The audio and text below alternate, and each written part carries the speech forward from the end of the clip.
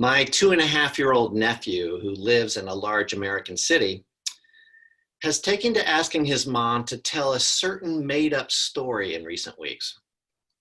He steers the plot line of the story as it goes along. Her job is to tell the story as requested. Did I mention he's 2.5?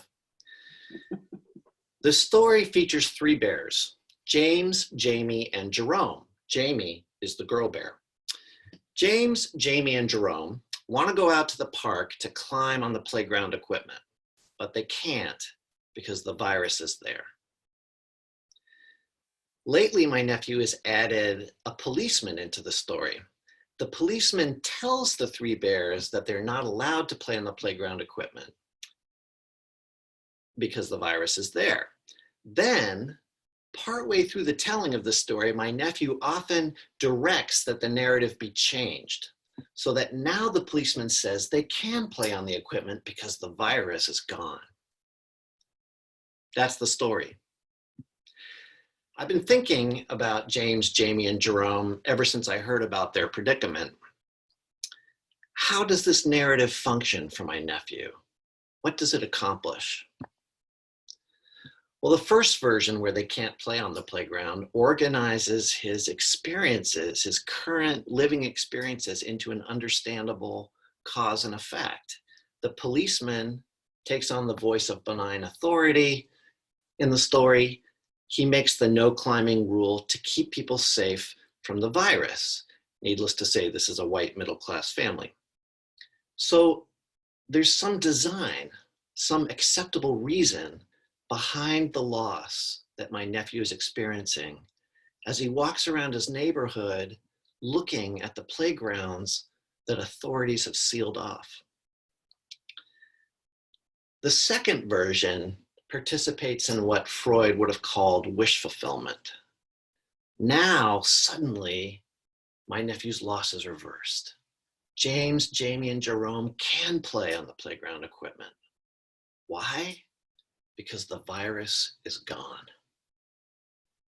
The story isn't factually true at the moment, but it's true in my nephew's mind, in his imagination. It connects him to a hoped-for future, and maybe it helps him to cultivate patience and resilience as he waits for that future to come.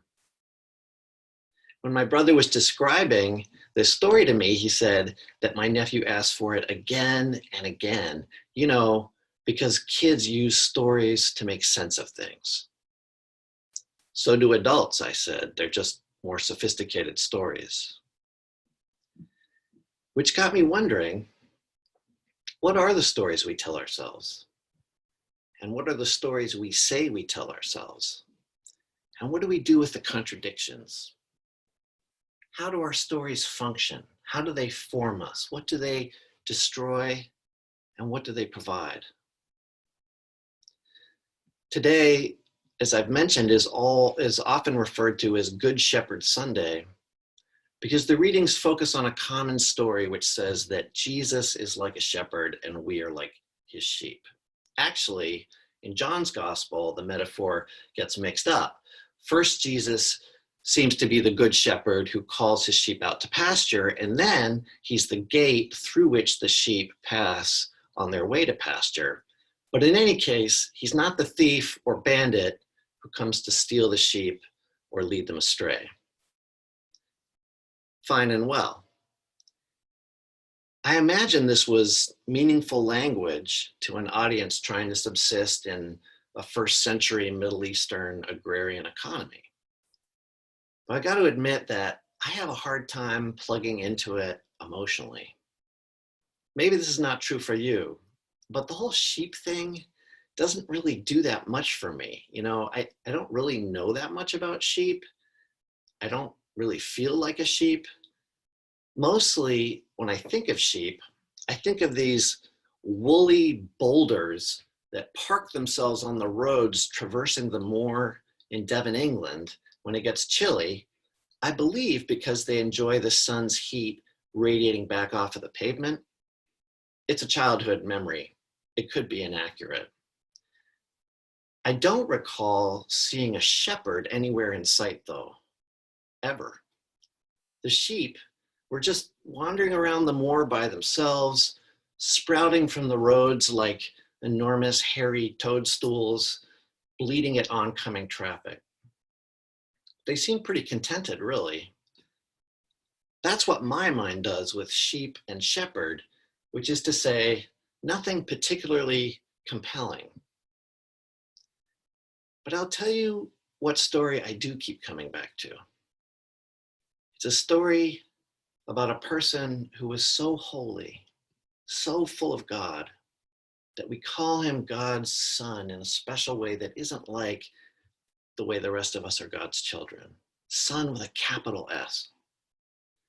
During his life, this person went around encouraging us to actually live in a way that shows love and care for one another, not just people we like, but everybody, even thieves and bandits, even our enemies.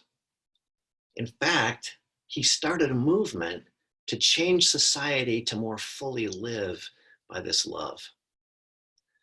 But then, as I would tell it to my nephew, some policemen and some other authorities of his time said that we couldn't play with this special holy person anymore. They ended all that by killing him and sealing off his grave with a big stone. And we were traumatized and disbelieving and deeply, deeply saddened. But then the story changed. And suddenly our loss of this person was reversed. It turned out he wasn't dead anymore. He had meant so much to the world and to the people who loved him that an authority even greater than those policemen and rulers announced that we can still play with him after all. Why? Because death was gone. And in some ways, this new ending to the story is true right now. And in some ways, it will be true in a future that we can look forward to. Is this, like my nephew's story, just a case of wish fulfillment? Does it merely replace a reality we can't bring ourselves to confront with a fantasy that makes our losses more bearable? Well, that's something I guess we all have to wrestle with and decide for ourselves. Freud would probably say so. For my part, if I were certain of the answer to that question, then it wouldn't be faith. And if it weren't faith, it wouldn't live side by side in my heart with doubt.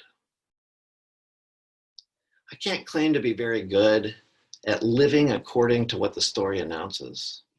I can't claim to always have hold of the hope that it seems designed to provide. But here's the thing, I also can't claim to let it go. I keep returning to it in spite of myself. I keep asking for it again and again because it's so terrifying and sad and beautiful and hopeful. And because it turns out I'm quite a bit like my nephew. The story connects me to a hoped for future. The story helps me to cultivate patience and resilience. Ultimately, the story helps me to make sense of things. Amen.